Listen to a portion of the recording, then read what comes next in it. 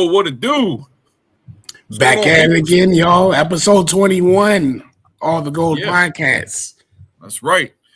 I'm your host, Derek J, along with your other host. Coop. Or you can do it both ways. It don't matter. It's your boy Coop. It's your boy Derek. We here. This is the midweek review for AEW and NXT. Hey man, this is a weird week, man. This is a weird 2-day stretch right here for me. Watching what happened in wrestling. Especially AEW, man. I can't wait to touch on that later on in the episode, man. Same here. Like, it's been a crazy week of wrestling. And like this week is just like, dang, it's a lot going on, you know. So like midweek is the toughest, but we got this, yo. Yeah, we got this, yo. So most definitely going to kick it off with this NXT review, man. We ain't gonna keep y'all real long today. It's gonna be short. It's gonna be sweet. So getting down to it, NXT results. We got the United States Women's Championship. Chelsea Green graced us with her presence. She graced us with her presence at NXT, and she defeated Sol Ruka to retain her WWE United States Women's Championship. What do you think about that match? I think it was a good match. Excuse my voice, y'all. I've been trying to work through it. It's all right, man. We know what it is. Right, for real. I like Chelsea Green as champion, but I like her better with NXT. She has a better roster to work with, so I'm thinking maybe this is a thing they're going to keep on doing. Maybe, I don't know. So It was a good, solid match. I don't know what that move was when she had arm and she did that flip. The Unprettier. That's what it was. Like, yeah, it was a good, solid match. She been putting on solid matches for the past couple of weeks, so it's interesting. Yeah. I enjoyed it. That was a good start to the show. That was a good start. Right. I mean, it's good to see her with fresh matchups. Like I said, like they could just keep it interesting and putting more faces, different faces with charisma into the mid-card titles. Yes. It'll be a good look, especially for Chelsea. I think she's killing it right now more than what Lyra Valkyrie is doing with the Intercontinental Championship. So we'll see. Next up was Josh Briggs and Noah's Yoshiki Inamura. They defeated Tank and Hank, which was like okay match for a tag team. I do like I like the guy from Noah. Inamura. I think he's a pretty entertainer. I saw him live at Vengeance Day, and he was good to watch in the ring, man. He's real agile for a big man, so that was pretty cool. What you think about that match? I enjoy that match. I do agree. Like the fact he's a big man, he can work. It's a lot of big men who are not athletic. Him is clearly not the case at all. So this is one of those things where, like, damn, is NXT like the best show? Like, I don't know, man. NXT has been entertaining for the past couple months, man. Like I've really been enjoying NXT more than SmackDown sometimes. Yeah, I agree. Yeah, I definitely agree. Raw's still good for me, but SmackDown's kind of like went down. I'm like, whatever. Not saying whatever was SmackDown, but SmackDown kind of lose my interest, go in and out. You know what I'm saying?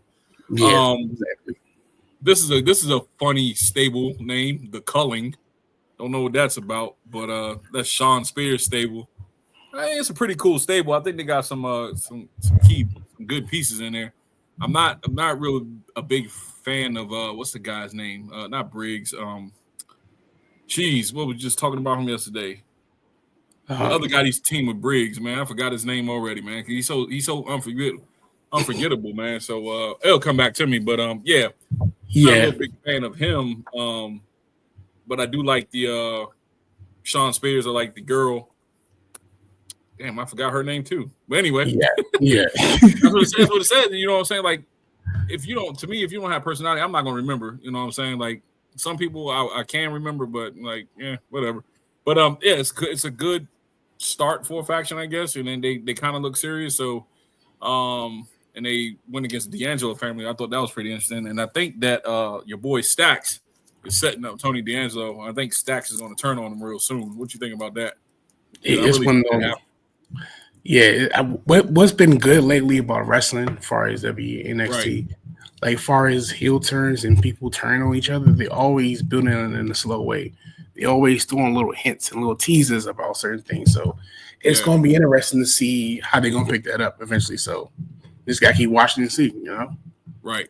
Oh, yeah. So the guy that I forgot his name was Brooks Jensen. That's how, like I'm saying, like he's so forgettable. You know what I'm saying? Like, and it's just with him. I'm like, whatever. Anyway, we're gonna keep this rolling. Fatal Influence come out, and I called him the bootleg Fatal Attract, whatever their name was, Attraction, the one with Mandy Rose. That's what. It's a copycat stable with JC Jane and Fallon Henley and the other girl. I forgot her name too. So that's what I'm saying. Like some people are like, if you're not going to grab my attention, I'm going to forget your name. So please grab my attention. I agree. Yeah, that's when Booker T was going crazy. Yeah, man. Yeah, dog. All right. I was like, yo, Booker, calm down. Booker be, he off the hook, yo. Charmel probably curse him out every time he come home, man. I'm like, bro, you married? He be like, yeah. All right, Hottie Biscotti. You like sucky ducky, quack quack. He be calling. But yeah, man, it's crazy, man. Like, I think that, like I said, they beat it. I said they beat it. They took out Carmen Petrovic and won by a rolling encore. That was the finisher that they did, and it was like a throwaway match to me. I really didn't care for that one. But next match I thought was pretty cool was the Ricky Saints and Ridge Holland, just to showcase Ricky Saints, aka Ricky Starks. Showcase him more. I think he has it. I think he has like a lot of potential to grow as a entertainer inside the ring. I mean, he has it all, man. Like I just wish they need to put him in some more, get him in a better feud than that. I like Ridge Holland, but to me, Ridge Holland's like a stepping stone to me, man. He's not like a credible threat. You know what I'm saying? He's like that guy, like in between the mid card and the lower tier, main event card. So yeah. But this is the part that I'm gonna really get to. That I really was excited about was the Trick Williams and Eddie Thorpe match.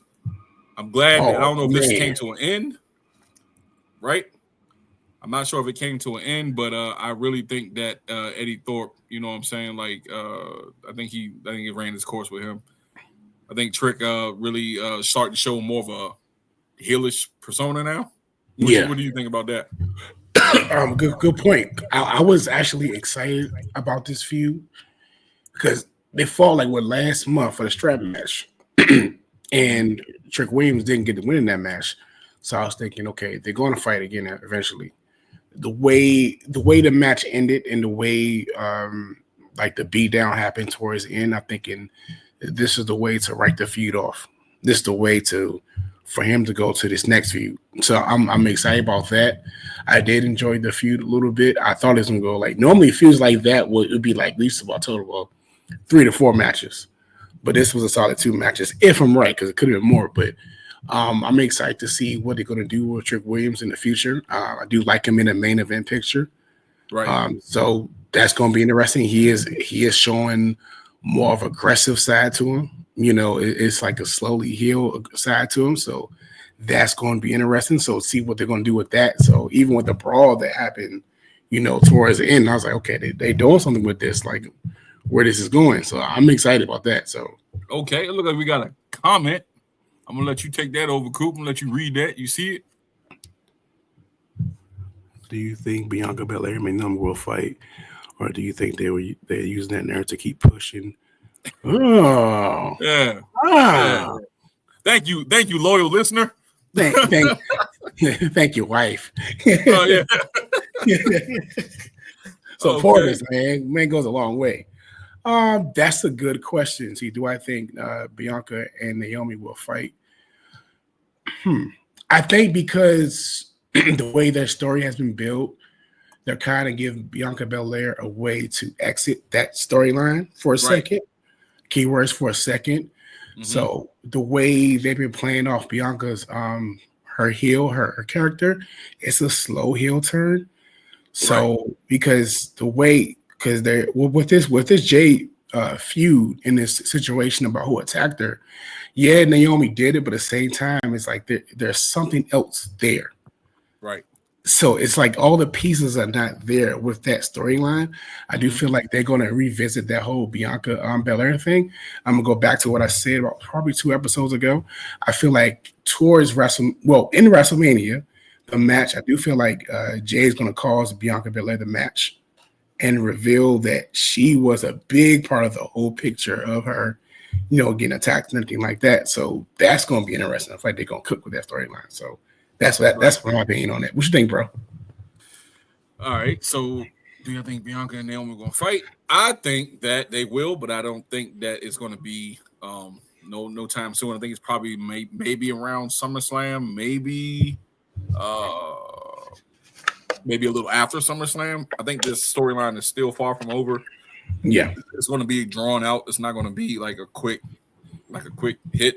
You know what I'm saying? Like as far as back you won pay-per-view when you get this one, the other PLE and all that nonsense. This is going to be like very drawn out, long-term storytelling. So I think and that's when you're really going to see like either a full Bianca heel turn, or maybe you'll see a full Jade heel turn. I think Naomi's already there. I think, or you might even see Naomi, and for some reason might see Jade team up with Naomi to take down Bianca. You just never know. This WWE is so wacky, man. I know. It could be a twist. That, you know what I'm saying, to throw Bianca off her game, and then they both wind up attacking her, saying that you just never know, man. The WWE is wacky, man. That's true. That's true. They threw a lot of wrenches in the storyline, so that's going to be interesting. So. Right. So yeah, man. I think, like I said, more to come than that. Just stay tuned. That's all we can say. Yeah, like you said, long-term story booking. Yeah, we still got Friday episode, so we never know. We got another one. Show it again. Okay, I got it. I think they did a great job on that. I'm excited for the storyline. Well, all right. Appreciate you.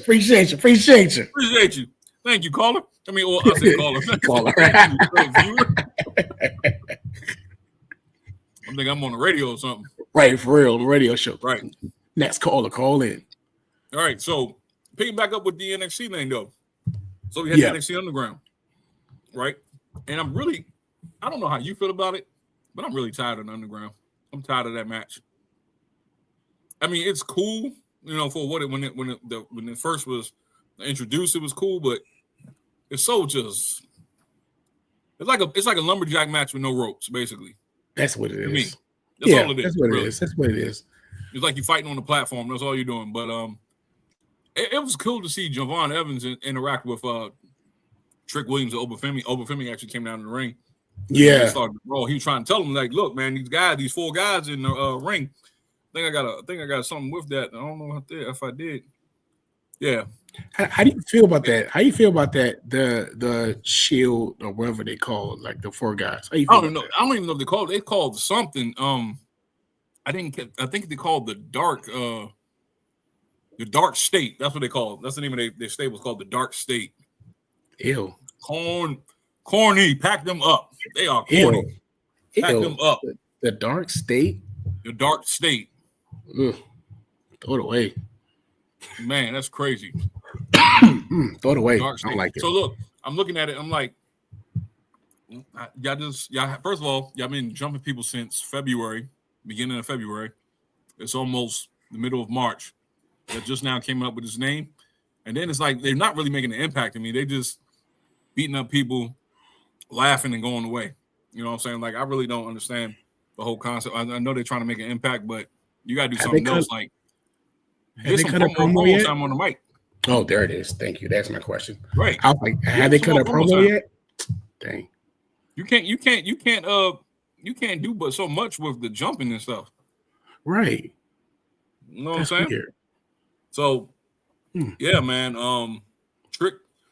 Trick's I think he's turning on Javon Evans, but it looked like he was like looking at Javon at the end, like, like maybe we should team up or something like that against these dudes. But I just think that Trick is just going down. He's turning fully heel at the moment, so we'll see what's going to go with that one.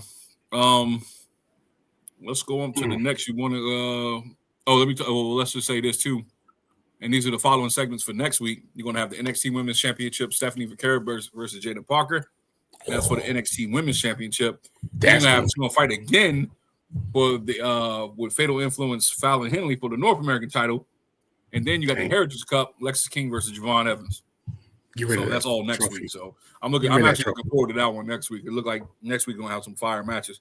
So we'll see with that one. But moving right along, because I want to get to us because what I'm saying, this is a quick show tonight, guys. I want to get to AEW. Okay. And I'm gonna run through AEW real quick.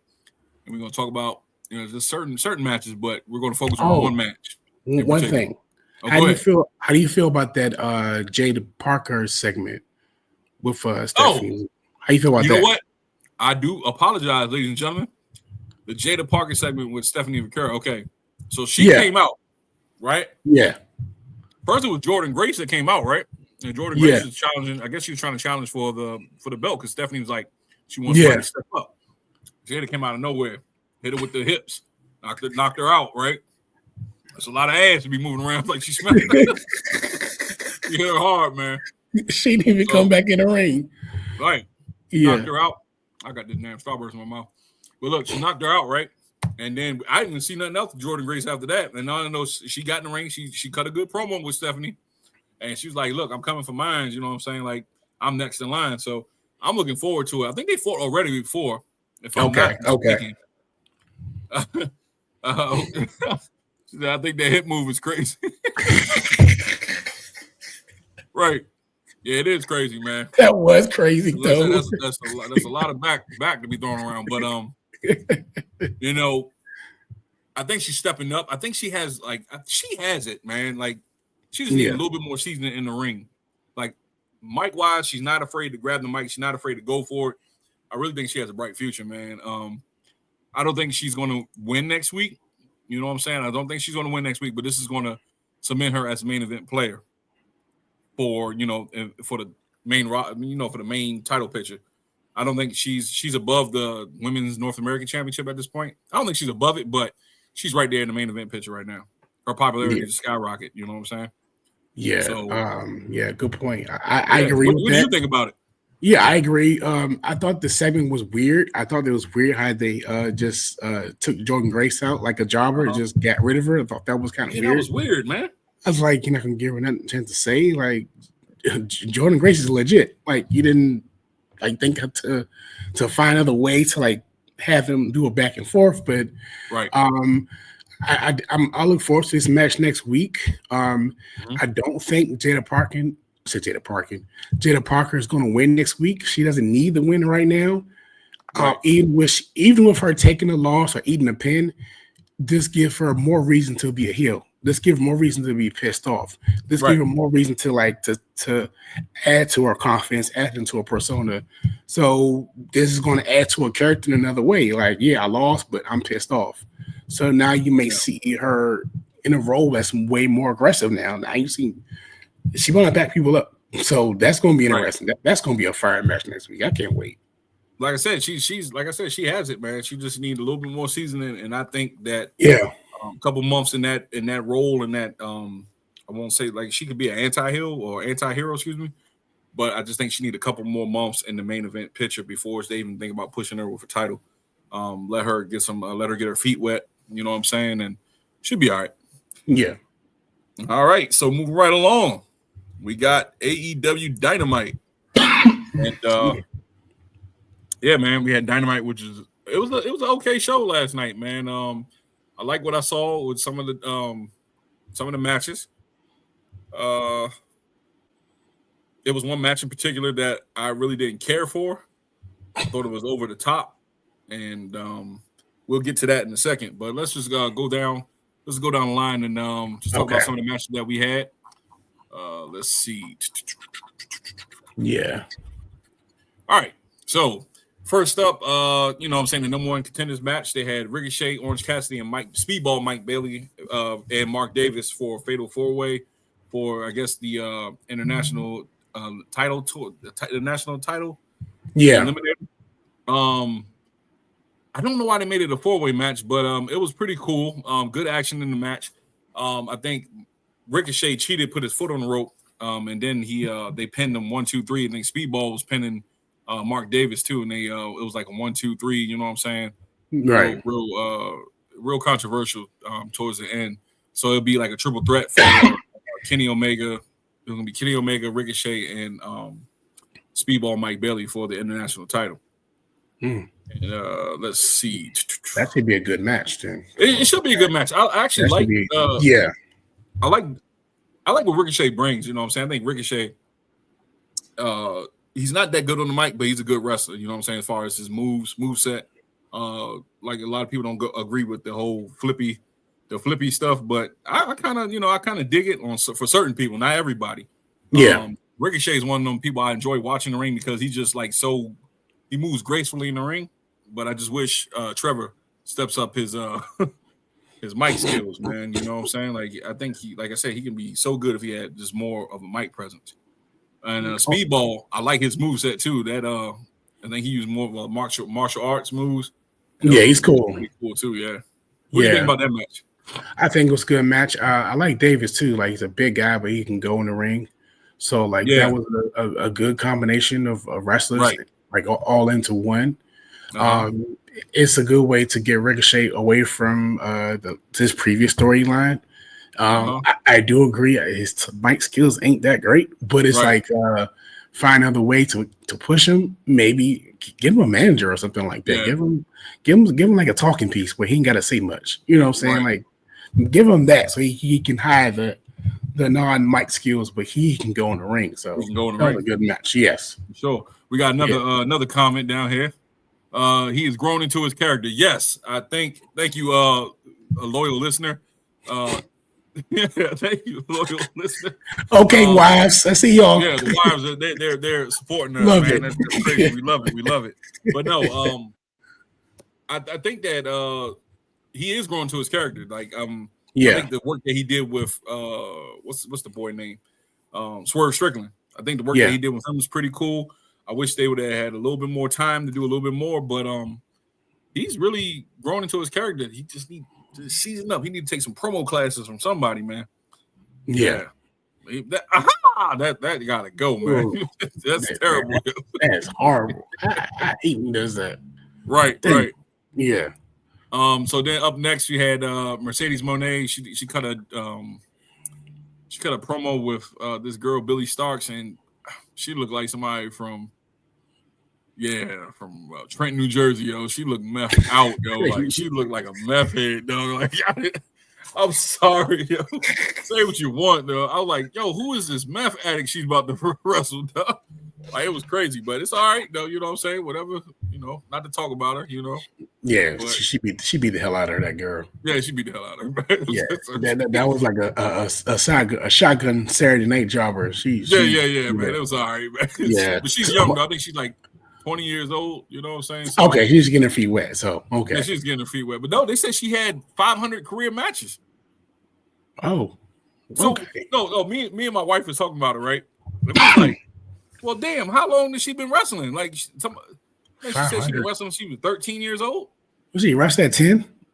I don't know. How you gonna have 500 career matches? That's crazy.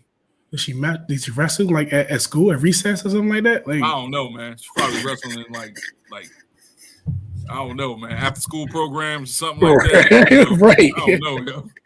That shit wild, yo. Anyway, they said she had 500 career matches, and she's only 20 years old. So, damn. Yeah. Wow. Damn.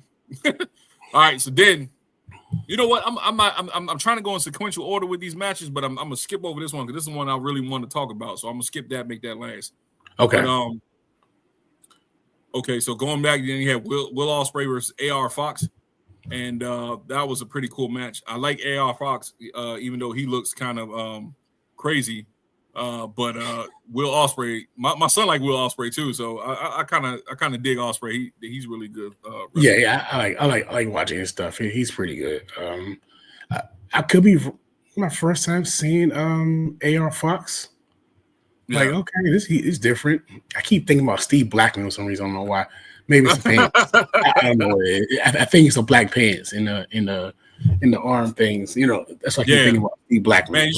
Man, you should have saw him when he first started wrestling with them. Man, he had this homeless war vet jacket on. Man, it was crazy. He was like Rambo from Rambo First Blood when he was walking through the streets. Remember when he was walking through the streets and the cops were trying to get him? That's what he looked like, man. But we got another one. Hold on, let's see. This is random, but AEW has a storyline for a wrestler, Camille or something, where they were trying to figure out who attacked her. Sounds familiar, doesn't it? Yeah, it does sound pretty familiar. It sounds like Jade one. Oh, didn't that happen like a couple years ago? Am I right? No, I think this happened recently. I think I don't even think Camille's with them no more. I'm thinking about Mercedes Moné when she got attacked in the dark or something like that. Oh, but look, I don't even think Camille is with them no more, if I'm not mistaken. Oh, she's not. That she's not with them no more. I gotta look at that, man. Oh yeah, I haven't seen her in a while. I need to check that out and see. Yeah. We're gonna get back to that, man, because I don't. I think that she's not even there with them no more. But dang, it is what it is. I think, but it does sound familiar. That whole storyline sounds familiar. You know what I'm saying? As I'm trying to remember seeing something. Yeah, interesting. Oh, Tony Khan said he did an interview saying she will be back. Okay, so well, that says it all right there. Then all right, love it. That says it all right there. So, yeah, man, going back to AR Fox, you know what I'm saying? Like, I think he held his own with Ospreay, and I think he's a great enhancement talent. But we already knew Ospreay was going to win that one. Let me see. So next one, Hangman Page did a backstage segment with Renee Paquette, and they was talking about the Owen Hart Foundation tournament, that he's going to win it, and then he's going to challenge for the AEW World Championship. He's not a real tough guy to me. Chris Statlander versus Megan Bayne. That was a good match. Chris Statlander could really go in the ring. They both was like big women, like, and that was good to see that. You know what I'm saying? Like, you don't have a real small woman going against a real big woman. Like, they were just both the right size for each other. They was going at it. It was a really good match to me. Tony Storm came out. Tony Storm came out, right? And she cut this crazy promo on her, yo. She was like, I can't remember what she said exactly, but Tony Storm is crazy on the mic, dog. Like, and she is just gold, yo. Like, she's the best thing going in AEW to me, yo. Like, straight up, man or woman. She's like the best thing in AEW to me. She's entertaining. She's solid. She's entertaining, yo. She's entertaining. Yeah, but she said something about I think she said something about the strap on or something. I'm gonna get you with this strap on or something like that. Something about her belt, but it was crazy, yo. With the strap, that is crazy work. And then she attacked her and then knocked her out the ring. And then we're gonna run down Cassidy. Okay, so here we go. The last match for the night before we're gonna go backwards to go back to the Moxley match. But the damn Speedball and Cassidy and was it Speedball Cassidy? Speedball Cassidy and Mark Davis or something like that. Was it Mark Davis? Yeah, Mark Davis. Am I saying his name right? Yeah. Yeah. Right? Yeah. Yeah. Right. Yeah. So yeah, that was a good match towards the end. You know what I'm saying? Like, that was a good match, and yeah, I'll suck on that one. But let's go back. Okay, so that's the end of whatever. We're going to go back to the Moxley because I really want to talk about this Moxley fight because this one I was really interested in. Yeah. Okay, so going back to the Moxley fight. Okay, they came out and it was Moxley versus Copeland for the number one contendership for the AEW Championship. Right. We got another one said they are researching who attacked her. Okay, so yeah, that's going back to that making the Camille joint. So okay, yeah, but anyway, going back to this this Copeland and Moxley fight. Yeah, this was crazy, yo. Yeah, this was crazy. Like, I've seen like thumbtacks in the ring. I've seen like brutal chair shots. You know, I've seen stuff before, right? Like, you know, I even see some of the deathmatch stuff. It's even worse than what I saw last night, but I haven't seen this type of brutality on like regular TV. Regular TV, you know what I'm saying? Yeah. Like, I haven't seen this type of physicality on network TV, you know what I'm saying? And then for him to take that spot and have the like on the at first I didn't even thought that they was going to do that. I thought he was going to miss him or something like that. He actually landed on the nails, dog. Some people saying it was rubber nails, and some people saying like it was rubber nails, and some people like it was nails like rubber nails with glue on it that make it stick to his back, and then they had little blood packets on it to make it burst. I was like, nah, bro. I said that like it might have been rubber nails, but probably like 1 or 2 nails that was probably real. Yeah, because the way it was on his back and they're trying to take it off, it just looked crazy. I remember watching this, like, dang, they doing this on free TV. Like, this is like a a pay-per-view match. That's what you normally see on that type of, right. those type of fights. You know what I'm saying? Like, this was different. It was definitely a pay-per-view match. In my opinion, it should have been a pay-per-view match. It was a good match. Like, okay, I'm gonna say it was a good match. It was an entertaining match. Yeah. But I don't think that like you said, it should have been shown on network TV. And I was kind of surprised that Edge, aka Coke, would do something like that, or probably, get himself involved in a match like that. But I mean, are they desperate for ratings? I don't know. But that was brutal. What do you think about the whole scenario? Well, speaking of desperate for ratings, you think about it. What's been the hot topic for wrestling right now? Right. John Cena turning heel, John Cena promo. Right. So you're going to have to do something crazy to take attention away from that. Absolutely. You got to do something crazy to add to your product. You got to do something that brings attention. Me personally, I do not like Jon Moxley as champion. I don't enjoy it at all, to be honest with you. Right. I thought this match was okay. I don't like the fact that the champion does not show his belt. Some reason that just drives me nuts for some reason. Yeah. I'm not a fan of the Death Rider story. I think it's just crazy. I'm not a fan of coming out of plain white tee every week and just brawling every week with no story. I'm not a fan of that, to be honest with you. But I thought this match was okay for what it needed to be. The goal was to hopefully end this story. Hopefully. He did attack Swerve last week. He just attacked him for crowbar just to the leg and everything like that. So I'm hoping Swerve will be the guy who take the belt away from him, because we deserve to see a champion. We deserve to see the belt. Right. It's just so weird to me. I just can't get past it.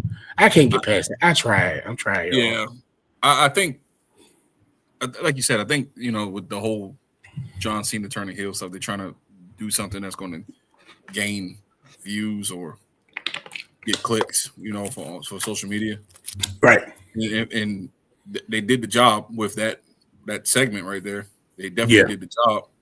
Because a lot of people have been tuning in like, damn, you seen it? I'm looking at it like, I've seen it last night, but I'm looking at it like this morning. I woke up, I was like, damn, this shit got a lot of views. You know what I'm saying? Like, they did it.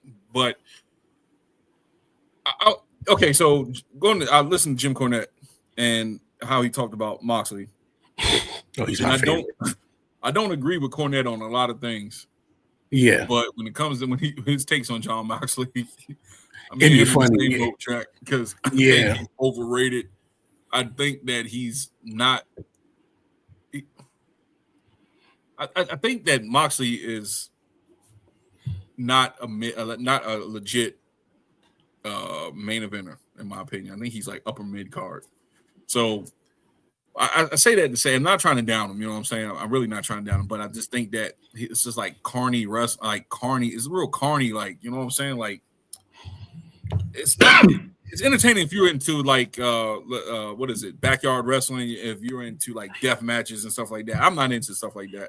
When I want to watch wrestling, I always want to see normal wrestling, a little bit trash talking, some moves done here and there. And I'm not all into the blood, the guts. You know what I'm saying? Now, I take that back. If you get hit with something, you hit with a chair of blood, that's okay with me. But if you get like spiked in the back with a baseball bat, or if you're getting them LED tube lights bust over you and you landing on glass, that's a little bit too extreme, in my opinion. I'm like, I don't want to see that.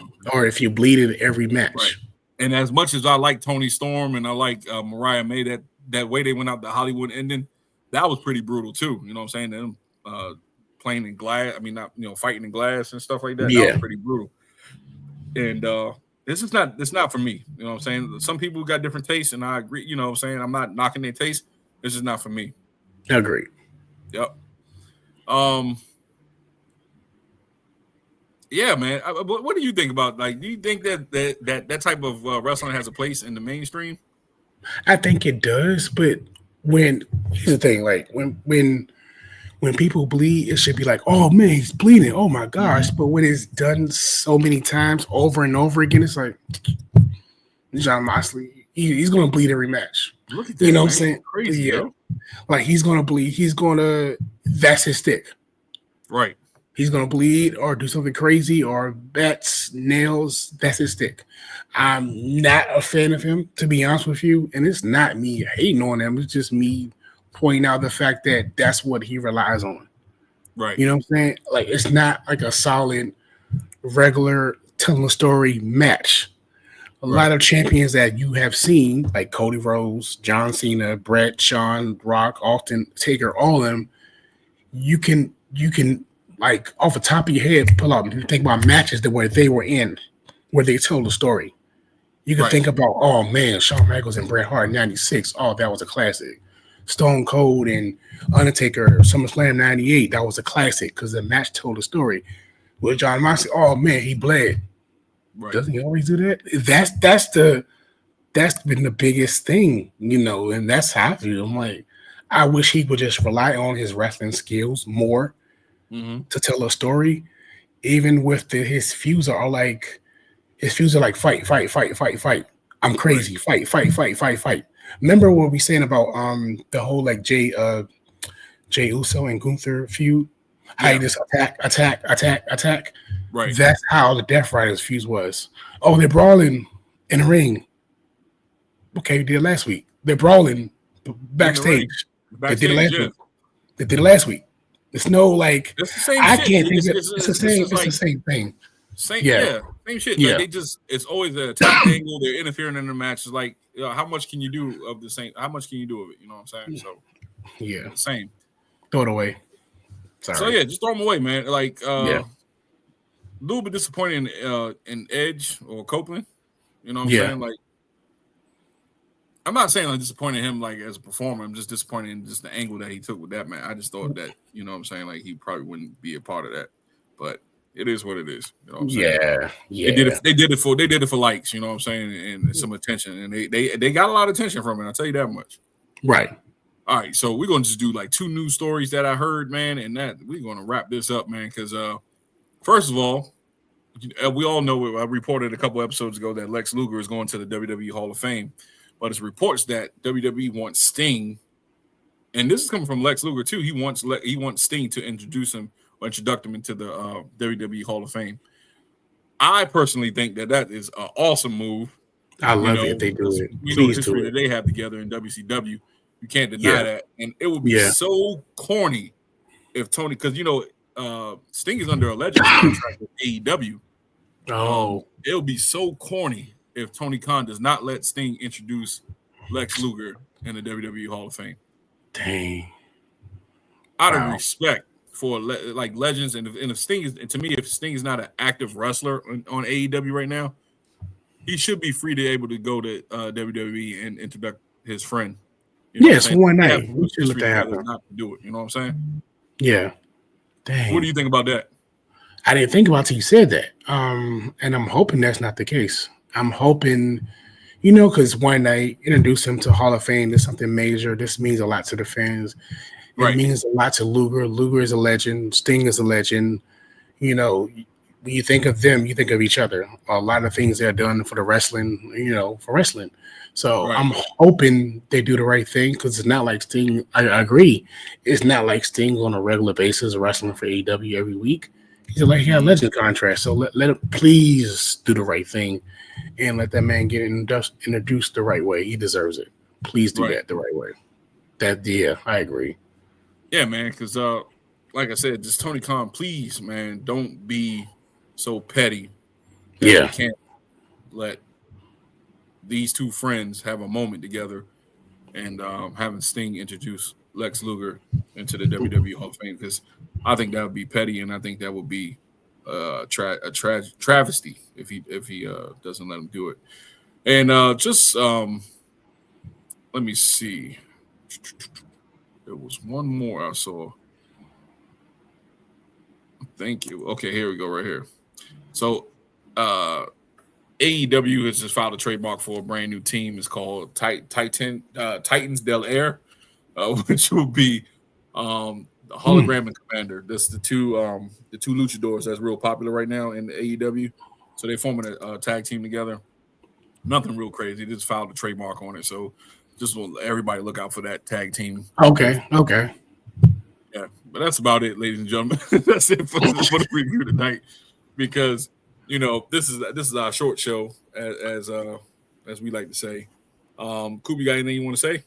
Again, thank you as always. This is our short show, but tomorrow,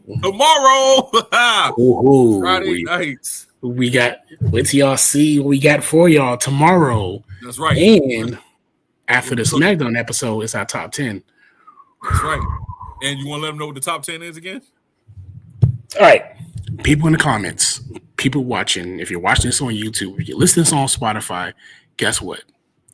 Top 10 Intercontinental Champions of all time. You damn right. Top 10 Intercontinental Champions of all time. We are going to be doing that live tomorrow. Yeah, so once we end our show, we're going to go right back on. It's going to be like, this is how we do. We separate the shows now. We're going to do the review first, and then we're going to go our top 10 separately. So please be on the lookout for that.